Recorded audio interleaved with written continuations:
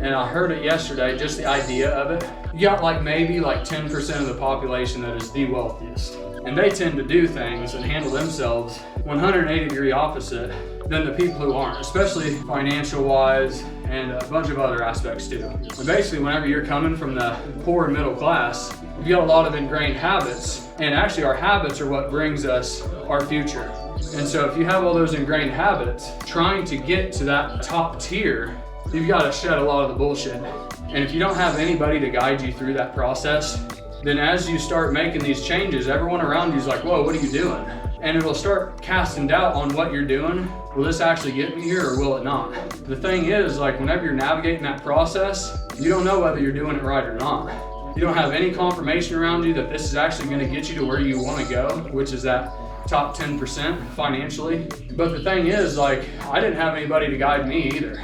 And I just had to start making a cold hard calculus, like, okay, if I want to have $1 million, just this is an arbitrary number, if I want to have $1 million, then I've got to save $50,000 over 20 years. And if there's a theory that competes with that, then it just can't be so. And I've got to go with this one. This has to win out. And so you got to basically start getting confidence. And if you're not clear on your goals, then you'll start listening to the noise of all the other people around you. If you can get to the point where your goals are clear, you can start saying, okay, this will get me here, this won't.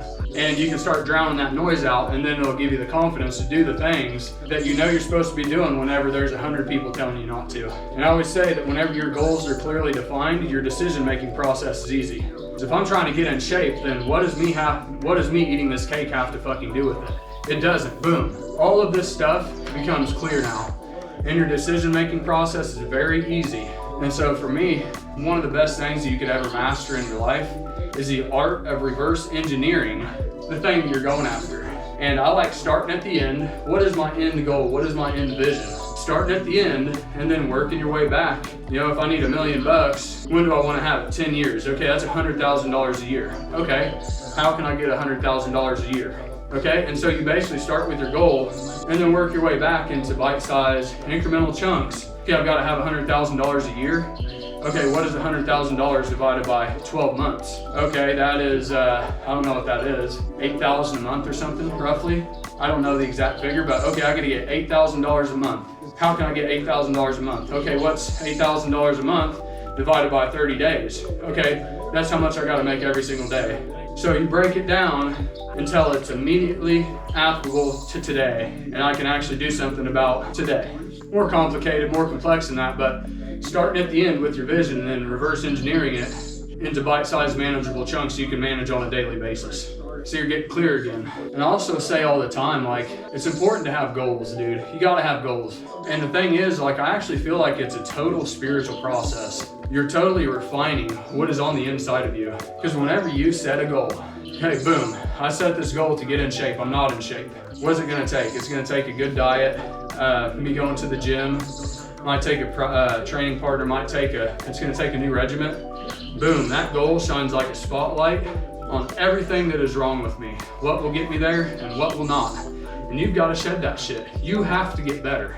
And I feel like that process is a spiritual process because you're refining and getting in tune and getting better at becoming a better you and a better individual. It's like alchemy, dude. You're turning that lead into gold. And the more goals that you set down and hit and accomplish, I mean, I just feel like you're just building that much more self-confidence, that much more self-worth and self-esteem. And now, if you're doing that in your finances, your health and fitness, your diet, your relationships, you know, you're helping your community, you're giving back. Like, whenever you start doing that, and you know, there's about 5 major areas you really want to make sure that you're really doing it as a man.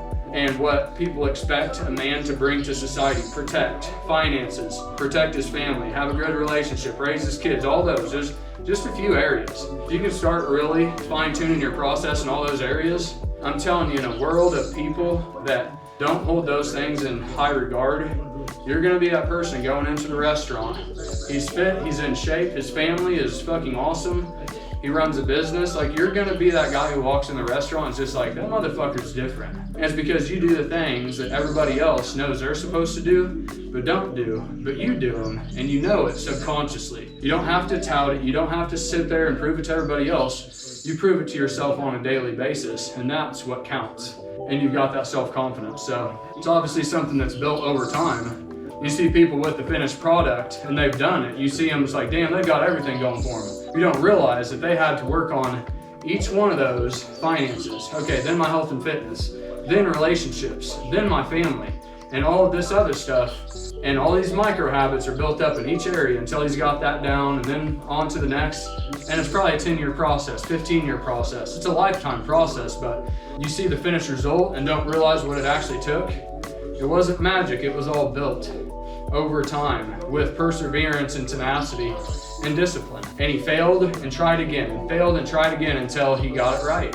And the thing that came to mind whenever I was explaining that he had to fail and then try it again and fail, and he basically failed at every single part and phase of that building the complete man. But you know, it's like the gym, dude. It translates into everything else that we do in life. And that's one reason why I like the one set to failure, is because once you get to failure, you have everything inside of you saying, quit, quit, quit.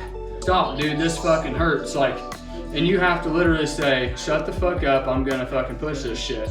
And in the gym, like, you know, it's like you're fighting your demons, bro.